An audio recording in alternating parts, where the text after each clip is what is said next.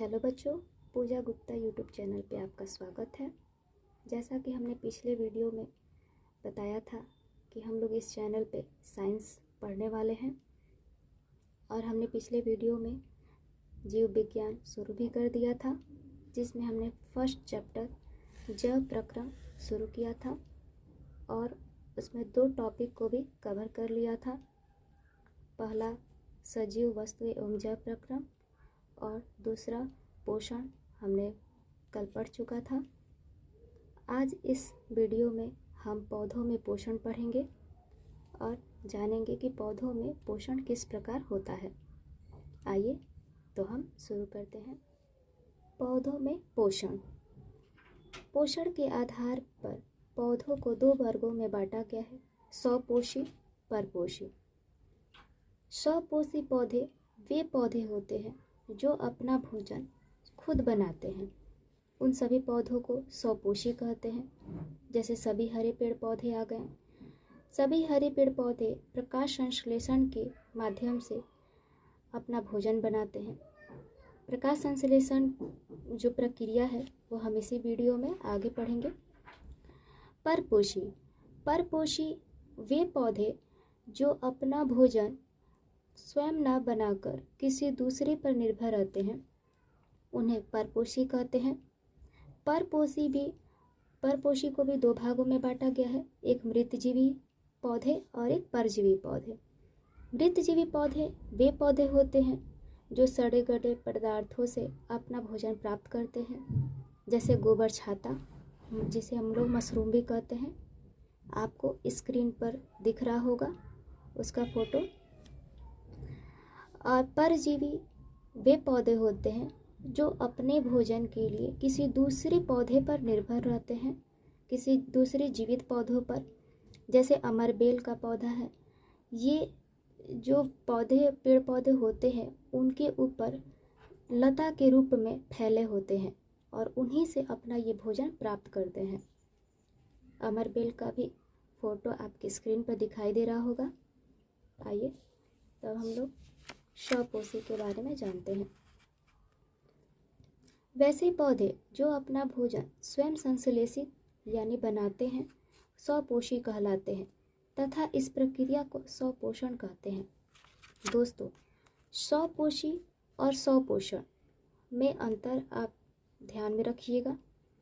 स्वपोषी उन पौधों को कहा जाता है जो पौधे अपना भोजन बनाते हैं तथा इस प्रक्रिया को यानी इस पूरी प्रक्रिया को स्वपोषण कहते हैं। प्रक्रिया को स्वपोषण कहा जाता है तथा उन पौधों को स्वपोषी कहा जाता है।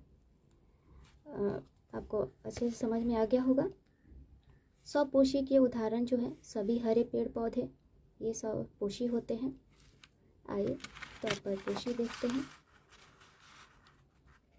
परपोषी वैसे पौधे जो अपना भोजन स्वयं संश्लेषित न कर किसी न किसी रूप में अन्य स्रोतों से प्राप्त करते हैं, परपोषी कहलाते हैं तथा इस प्रक्रिया को परपोषण कहते हैं।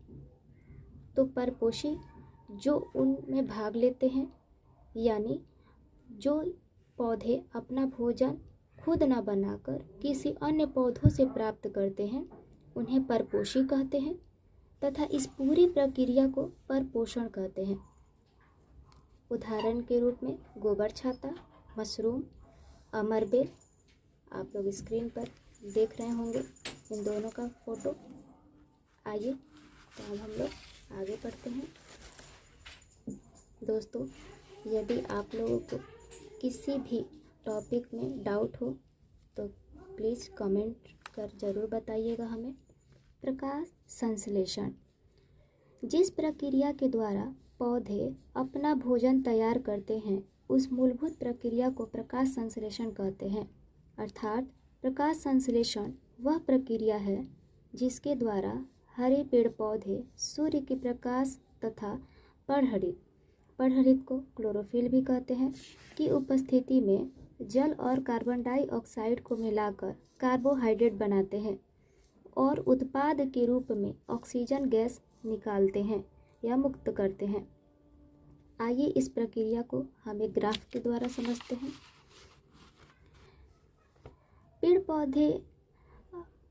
पेड़ पौधे अपने पत्तियों के द्वारा प्रकाश संश्लेषण की प्रक्रिया करते हैं। ये जल का अवशोषण मिट्टी द्वारा अपने जड़ों से करते हैं तथा कार्बन डाइऑक्साइड का अवशोषण ये वायुमंडल से कार्बन डाइऑक्साइड का अवशोषण करते हैं। क्लोरोफिल इनकी पत्तियों में मौजूद रहता है और ये सारी अभिक्रियाएं करके उत्पाद के रूप में ग्लूकोज तथा ऑक्सीजन बनाते हैं। जो ऑक्सीजन जो होता है वो वायुमंडल में मुक्त हो जाता है और ये ग्लूकोज का ऊर्जा के रूप में अवशोषण करते हैं। इसे हम लोग रासायनिक अभिक्रिया के द्वारा समझ सकते हैं। जैसे कार्बन डाइऑक्साइड है जो कहाँ से प्राप्त होता है, वायुमंडल से। जल है, जल का फार्मूला H2O होता है और ये हमें पेड़ पौधों में कहाँ से प्राप्त होता है, मिट्टी के द्वारा जल का अवशोषण करते हैं। और ये जो प्रकाश संश्लेषण की अभिक्रिया है सूर्य के प्रकाश की उपस्थिति में होती है। तो सूर्य के प्रकाश की उपस्थिति में क्लोरोफिल की सहायता से ये ग्लूकोज, ऑक्सीजन तथा जल का निर्माण करते हैं। ग्लूकोज का उपयोग ये भोजन के रूप में करते हैं तथा ऑक्सीजन तथा जल को वायुमंडल में मुक्त कर देते हैं। दोस्तों, प्रकाश संश्लेषण की अभिक्रिया के कारण ही हमारे वायुमंडल में कार्बन डाइऑक्साइड और ऑक्सीजन का संतुलन बना रहता है। हम लोग मनुष्य, जीव जंतु कार्बन डाइऑक्साइड का निष्कासित करते हैं तथा ऑक्सीजन ग्रहण करते हैं। पेड़ पौधे इन कार्बन डाइऑक्साइड को अपने भोजन निर्माण में उपयोग करते हैं तथा ऑक्सीजन को मुक्त करते हैं। आइए, आपको समझ में आ रहा होगा। आइए कुछ इम्पोर्टेंट टॉपिक देख लें। प्रकाश संश्लेषण की प्रक्रिया शुरू से अंत तक क्लोरोप्लास्ट में ही होता है। अब क्लोरोप्लास्ट क्या होती है? क्लोरोप्लास्ट एक प्रकार का कोशिकांग है। ये कोशिकांग पत्तियों में पाया जाता है और इन क्लोरोप्लास्ट में ही क्लोरोफिल, जिसे हम लोग हरित लवक के नाम से भी जानते हैं, पाया जाता है, जिसे प्रकाश संश्लेषी अंगक कहते हैं। क्लोरोप्लास्ट में जो ये हरित लवक पाया जाता है, हरित लवक बोलिए या क्लोरोफिल बोलिए, इसे हम लोग क्या कहते हैं? प्रकाश संश्लेषी अंगक कहते हैं। प्रकाश संश्लेषी अंगक क्यों कहते हैं? क्योंकि ये क्रिया कहाँ होती है? क्लोरोप्लास्ट में होती है। और क्लोरोप्लास्ट में क्या पाया जाता है? हरित लवक पाया जाता है। इसीलिए ये क्या है? प्रकाश संश्लेषण के एक महत्वपूर्ण अंग है। ठीक है, इसलिए ध्यान में रखिएगा। यदि क्वेश्चन आ जाए, प्रकाश संश्लेषी अंगक पूछे, तो हरित लवक या क्लोरोफिल टिक कीजिएगा। प्रकाश संश्लेषण की क्रिया पौधों की पत्तियों में होती है, इसलिए पत्तियों को प्रकाश संश्लेषी अंग कहते हैं। ध्यान दीजिएगा दोस्तों, प्रकाश संश्लेषी यदि अंग कहे तो आपको पत्तियाँ टिक करना है, पत्तियाँ टिक करना है, और अंगक कहे तो आपको हरित लवक या क्लोरोफिल टिक करना है। समझ आया? प्रकाश संश्लेषण की जो पूरी प्रक्रिया है वो हरे पत्तियों में होती हैं और हरे पत्तियों में ही क्लोरोप्लास्ट पाया जाता है। क्लोरोप्लास्ट में क्लोरोफिल पाया जाता है। आई होप आपको समझ में आ रहा होगा दोस्तों। नेक्स्ट टॉपिक,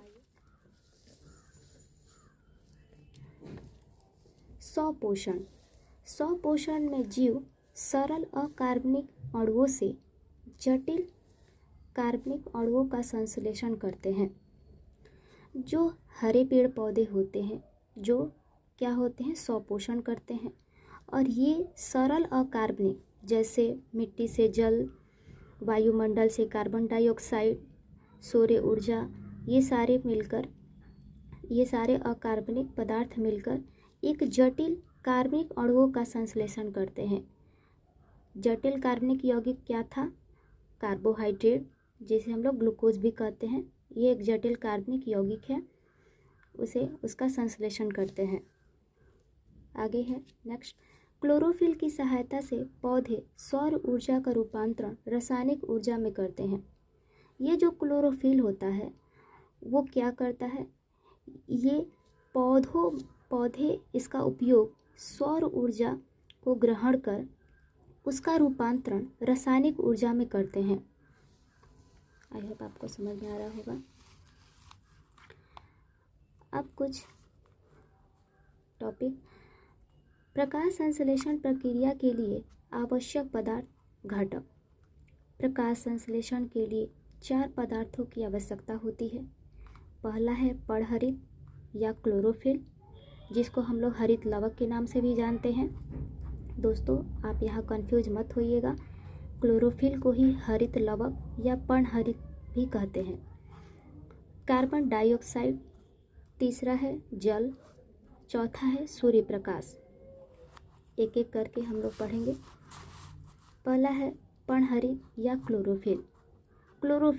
क्लोरोफिल ही वह वास्तविक अणु है जिसके द्वारा प्रकाश संश्लेषण की प्रक्रिया संपन्न होती है।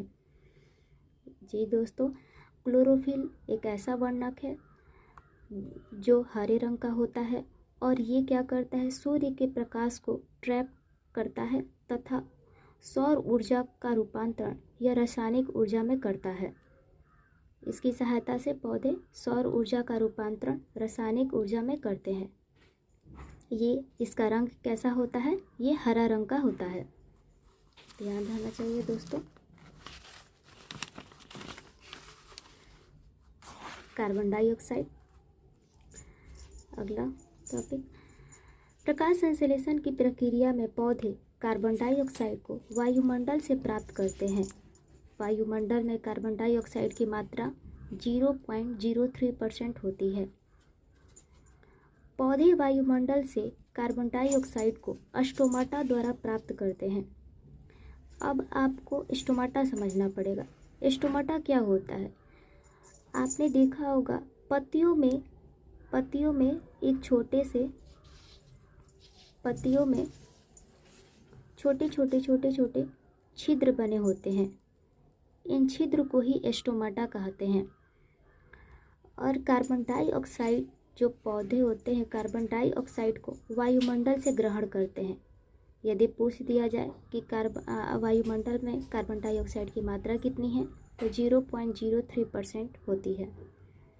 और पत्तियां किसके माध्यम से कार्बन डाइऑक्साइड को प्राप्त करती हैं, तो पत्तियों में उपस्थित स्टोमाटा से प्राप्त करती हैं।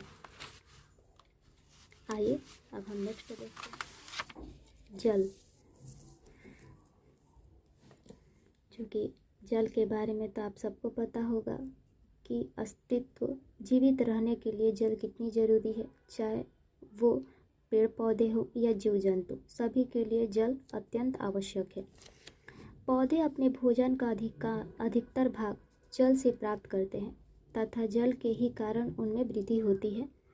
पौधे अपनी जड़ों द्वारा भूमि से जल और उसमें घुले खनिज लवणों, नाइट्रोजन, फास्फोरस, कैल्शियम, मैग्नीशियम, लोहा आदि का अवशोषण करते हैं।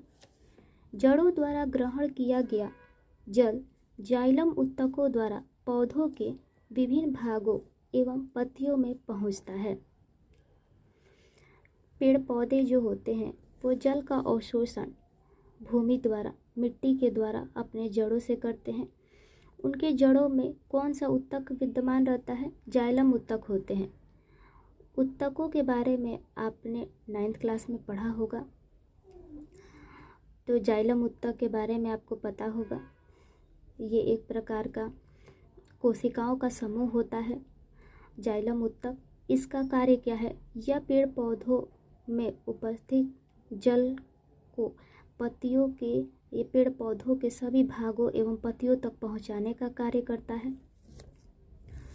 और जल के माध्यम से ही पेड़ पौधों में वृद्धि होती है, ये एक आवश्यक घटक है। और अंतिम और आखिरी घटक सूर्य प्रकाश है। चूँकि अंधेरे में प्रकाश संश्लेषण की क्रिया संपन्न नहीं हो सकती है, क्योंकि सूर्य की रोशनी ही इस प्रक्रिया के लिए आवश्यक ऊर्जा प्रदान करती है। आपको पता होगा दोस्तों कि जो पेड़ पौधे हैं वो रात के अंधेरे में भोजन निर्माण की क्रिया नहीं करते हैं, यानी प्रकाश संश्लेषण की जो क्रियाएं होती है वो सूर्य के प्रकाश की उपस्थिति में ही संभव है। इसलिए सूर्य प्रकाश एक आवश्यक घटक है, क्योंकि पौधे सौर ऊर्जा को फोटोन कणों के रूप में क्लोरोफिल के द्वारा अवशोषित करते हैं। यदि क्वेश्चन आ जाए कि पौधे सूर्य ऊर्जा का अवशोषण किस रूप में करते हैं, तो वो फोटोन कणों के रूप में क्लोरोफिल के द्वारा करते हैं। आई होप आपको ये सारे टॉपिक समझ आया होगा। जो भी यदि डाउट होगा तो प्लीज़ आप कमेंट कीजिएगा, लाइक और सब्सक्राइब कीजिएगा हमारे चैनल को। ठीक है, thank you very much, bye.